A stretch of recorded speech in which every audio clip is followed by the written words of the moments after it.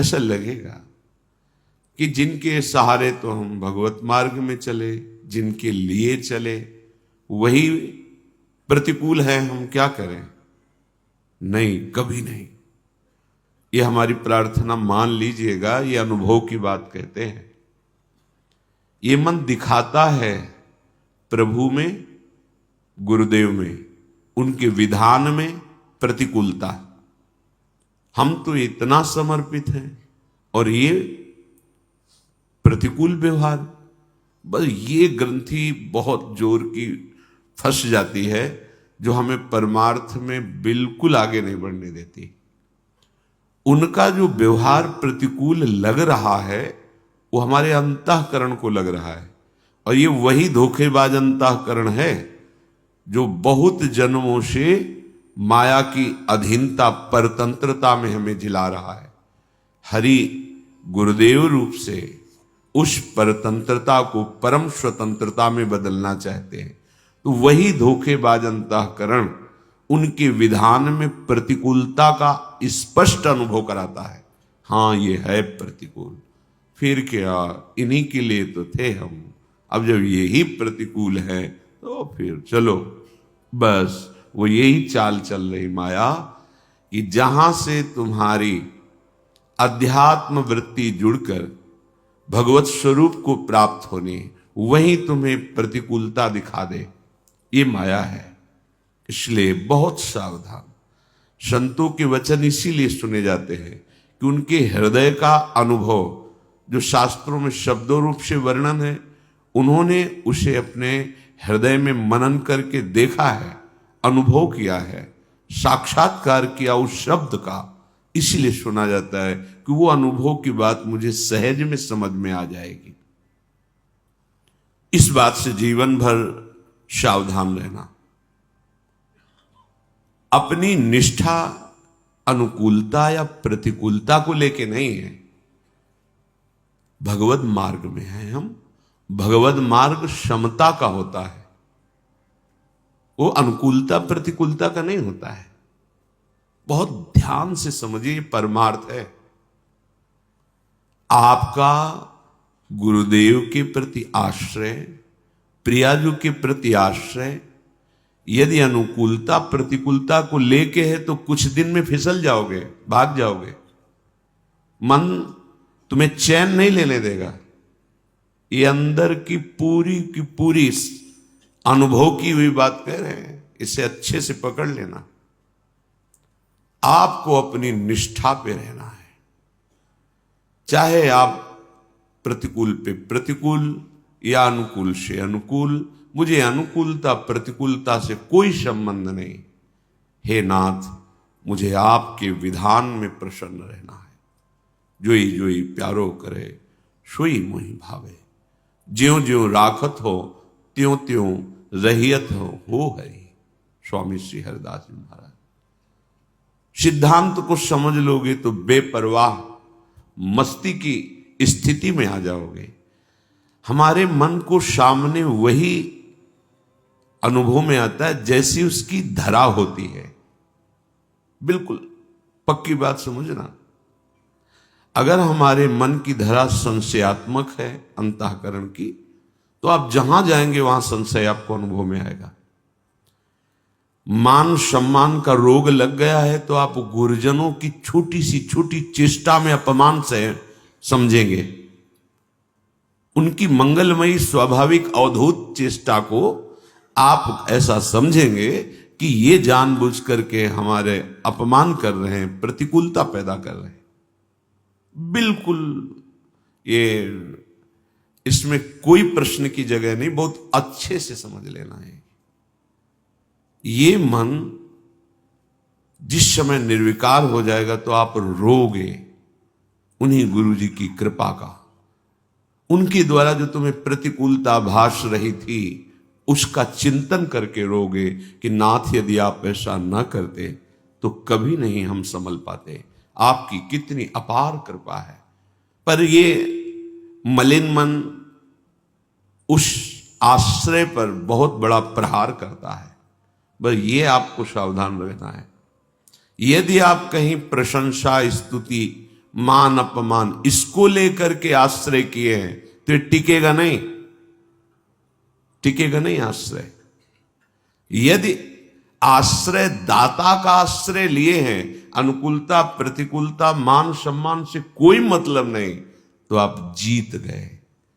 महापुरुषों के संग की जो दुर्गमता है वो यही है कि उनकी अद्भुत परमानंदमय स्थिति में हम प्रतिकूलता का अनुभव करने लगते हैं। हम उनसे आदर चाहते हैं, उनके प्यार को लौकिक प्यार की तरह चाहते हैं। बस यही बड़ी चूक हमको बिलक कर देती है। बड़ा दुर्लभ अवसर मिला लेकिन दुर्गम हो गया, हम निर्वाह नहीं कर पा रहे, यही दुर्गमता है। इसीलिए गुरुपद पंकज सेवा तीसरी भक्ति अमान, ये वो जहर मान है कि आश्रय ही छुटवा देता है। बहुत सावधानी से परमार्थ पथ पे चलना है। ना हरि से अनुकूलता प्रतिकूलता का संबंध और न गुरु से। आप सर्वज्ञ हो, सर्व सामर्थ्यशाली हो, मैं जैसा भी हूं आपका हूं, आप जैसा विधान करेंगे हम उसी में राजी है। निकल गए माया से। अगर इस सूत्र में जरा भी कमी हुई तो आपको सहयोगी मिल जाएंगे माया के, ऐसा थोड़ी होता है। बस आपका आश्रय ढीला पड़ जाएगा, आपका चिंतन बिगड़ जाएगा। चिंतन बिगड़ गया, सब चला गया। चिंतन बनता है देखने से, सुनने से, बोलने से। जो देखा, जो सुना, जो बोला, उसी का चिंतन होता है। श्रीपाद कह रहे हैं, श्री गांधर्वा पद कमलयोर दास्य लास्योपलम्भे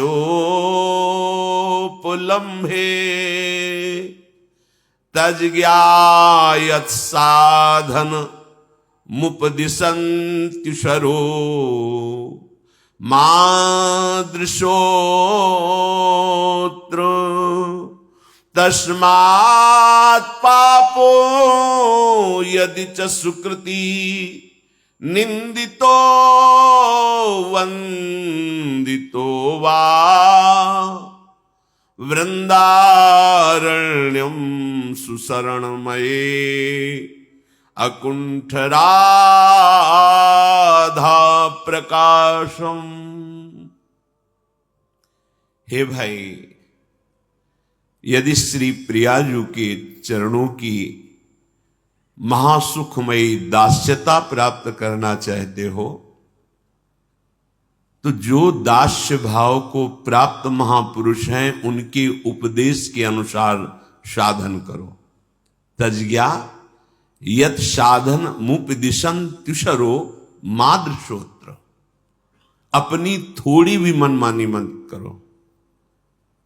तज्ज्ञा जो उस राधा दास्य को प्राप्त महापुरुष हैं। अहंकार बहुत बाधक है, हम समझ ही नहीं पाते वो कब हमें फंसा लेता है। अहम, अरे जिन्होंने हमारे हृदय में अध्यात्म बीज बोया वही उसको पुष्ट किए, वही इसको बढ़ा रहे हैं। वह हम प्रतिकूलता का अनुभव करें, उनसे हम आदर चाहे, हम हैं क्या? जो कुछ दिया हुआ है उन्हीं का तो है। हम आदर चाहें, मान चाहें, बहुत निकृष्ट गंदा अहंकार है। धिक्कार है ऐसे मन, ऐसी बुद्धि को जो माया दलदल से हटा करके हमारे हृदय में अद्भुत सुख देने वाला बीज बो रहे हैं। नाम, मंत्र, उपदेश, और वही उसे पुष्ट कर रहे हैं, पल्लवित कर रहे हैं, पुष्पित कर रहे हैं, फलान्वित कर रहे हैं। उन्हीं से मान, उन्हीं के द्वारा दी हुई वस्तु है और उन्हीं से मान। दास्य भाव कैसे प्राप्त होगा? अहम दास्यता में नहीं रहता। जितने महापुरुष हैं जब कृपा करते हैं तो रौंद देते हैं इस अहम को, किंचन मात्र नहीं रहने देते। क्योंकि संस्कृति चक्र का यही मूल है। संस्कृति मूल शूल प्रद नाना, नाना प्रकार के कष्ट देने वाला आवागमन, जन्म मरण का मूल ये अहंकार, यही नष्ट नहीं हो रहा और ये अपने से नष्ट नहीं होता। इसीलिए श्रीपाद कह रहे हैं, यदि तुम्हारे हृदय में महाप्रेम महासुख प्रदान करने वाले राधा दास्य की भावना है, राधा चरणारविंद की प्राप्ति की भावना है, तो तज्ञा, जिनको ज्ञात है राधा दास्य का रहस्य, जो राधा दास्य में स्थित है, यत साधन मुपदिशन त्युषरो मादृशोत्र, जैसा वो उपदेश कर रहे हैं बिल्कुल वैसे ही चलो। आप अपनी दृष्टि को संभालो, तनिक भी अपनी मनमानी मत करो, बहुत जल्दी आनंद का अनुभव होने लगेगा। आज तक का अनुभव है, जहां हमें क्लेश मिला, जहां हमें अशांति मिली, वहां हमारी मनमानी हुई है। भले उस समय प्रमाद में हम नहीं समझ पाए, पर जब उसको गौर से देखा तो शास्त्र और गुरु की आज्ञा का उल्लंघन, तभी हृदय जला है, तभी अशांति। नहीं, घोर अपमान की परिस्थिति में भी एक परम शीतलता रहती। क्या भूल, जो शास्त्र गुरुदेव उपदेश कर रहे उसके विपरीत देखा, मनुष्य देखा उसे, उसके दोष देखे, ये दुष्ट है, नीच है, जल रहे। अगर ये देखा मेरे प्रभु है, लीला कर रहे, शास्त्र यही आज्ञा करता है, कुरु पापी दुष्ट नीच में भी अपने आराध्य देव को देख, चूक हो गई। जहां जले हैं, जहां हम अशांत हुए, वहां शास्त्र और गुरुदेव की आज्ञा का उल्लंघन हुआ है। इसीलिए कह रहे हैं कि तुम्हें जो राधा दास्य भाव को प्राप्त महापुरुष हैं, उनका जो किया हुआ उपदेश साधन है, उसी में अक्षरशः चलो, बिल्कुल मनमानी न लगाओ।